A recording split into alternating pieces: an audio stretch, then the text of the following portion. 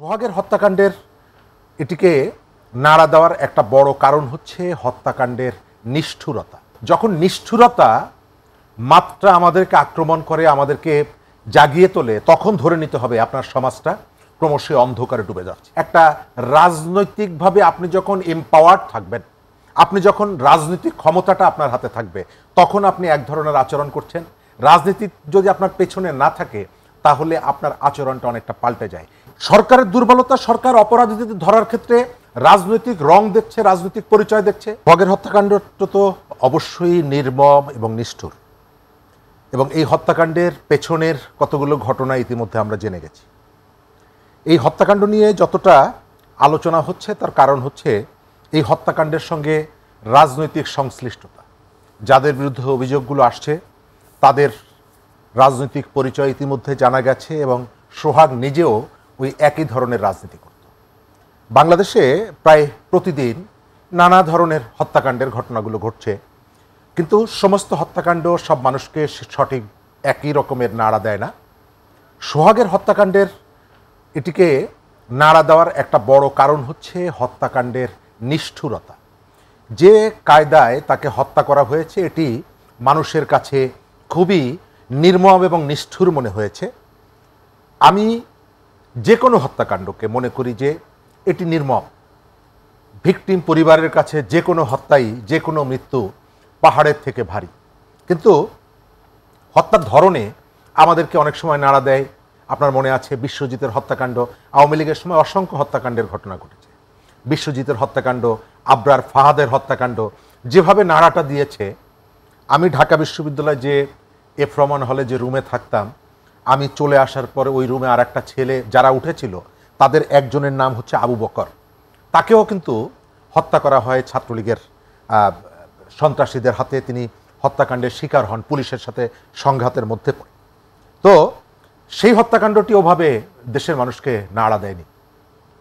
সোহাগের হত্যাকাণ্ডের আগে বাংলাদেশের এই ধরনের নিষ্ঠুরতা আমাদের এই প্রজন্ম অনেকেই হয়তো জানে না, যে আমাদের এখানে শিক্ষা প্রতিষ্ঠানে, চট্টগ্রাম বিশ্ববিদ্যালয়ে নতুন বাংলার ছাত্র সমাজ, এরশাদ তখন পাওয়ারে, তার হাতের একটা কবজি কেটে লাঠির মাথায় সেই কবজি নিয়ে ক্যাম্পাসে মিছিল হয়েছিল।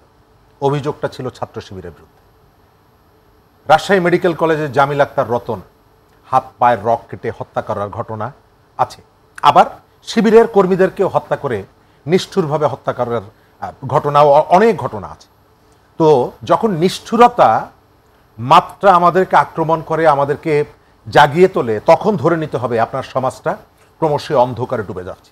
আমরা যে কোনো অন্যায় হত্যাকাণ্ডের, নিষ্ঠুর হত্যাকাণ্ডের প্রতিবাদ করি না, আমরা প্রতিবাদ করি একেবারে কেস টু কেস। এক একটা ঘটনা আমাদেরকে নাড়া দেয়। কুমিল্লায় মা মেয়ে সহ এক পরিবারে 4-3 জনকে হত্যা, এটা নিষ্ঠুর না?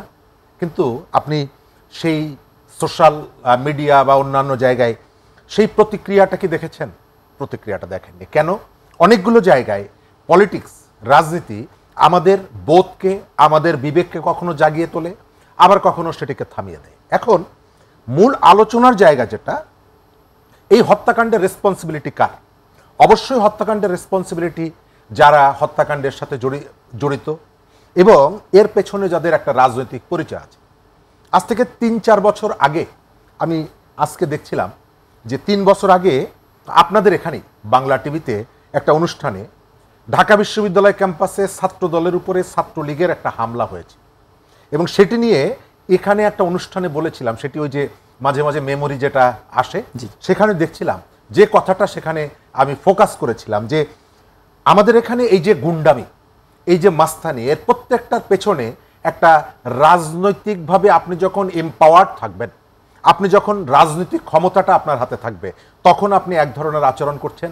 রাজনীতি যদি আপনার পেছনে না থাকে, তাহলে আপনার আচরণটা অনেকটা পাল্টে যায়।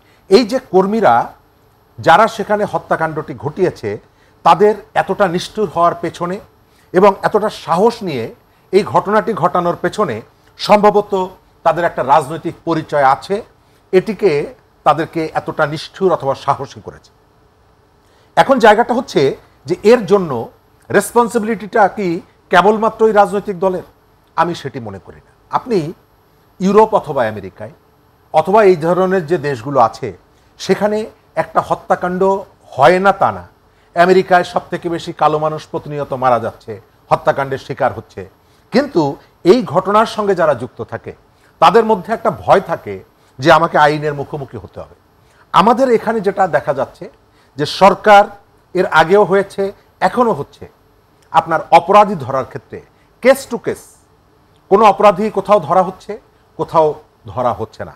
এবং সরকারের পক্ষ থেকে যে ধরনের দৃঢ়তা থাকা দরকার আইনের প্রয়োগের ক্ষেত্রে, সরকার অনেক জায়গায় সেই দৃঢ়তা নিয়ে আইনের প্রয়োগটা করতে পারছে না। এবং কোথাও কোথাও সরকারের যে ভাষ্য, তার যে স্টেটমেন্ট। শরীফ ভাই, এই যে এই দুর্বলতাটা কোথায়, সরকারের দুর্বলতাটা কোথায়? সরকারের দুর্বলতা, সরকার অপরাধীদের ধরার ক্ষেত্রে রাজনৈতিক রং দেখছে, রাজনৈতিক পরিচয় দেখছে। সরকারের কাছে ধারণা হলো আওয়ামী লীগের নেতা হোক, কর্মী হোক, কেবলমাত্র আমাকে তাকেই ধরতে হবে। এর বাইরে যারা আছে, আপনাকে আমি উদাহরণ দিই। গত 1 মাস আগে মহাখালীতে একটা হোটেলে যুব দলের কিছু নেতা সেখানে গিয়ে গুন্ডামি করলো। যদিও বিএনপির শীর্ষ পর্যায় থেকে বারবার বার্তা দেওয়ার পর এদের এক শ্রেণীর দানব, তারা কোনো বার্তা মানছে না। তাদের দলের প্রধান টেলিকনফারেন্সে যে হুমকি দিলেন 2 দিন আগে, ঠিক ওই দিন 2 ঘন্টা পরে ঠাকুরগাঁয়ে তাদের দলের মহাসচিবের আপন ভাই, যিনি জেলা বিএনপির সেক্রেটারি, তার বাড়িতে, তার গাড়িতে হামলা হলো। এবং এই কর্মীরা, তারা কি নির্বোধ? মোটেই না। তারা কি এই খবর জানে না? মোটেই না। তাদেরকে জিজ্ঞেস করেন ডেকে। আমি বারবার বলি যে তাদের 31 দফার যে সংস্কার প্রস্তাব, সবগুলো গড় গড় করে আপনাকে বলে দিতে পারবে।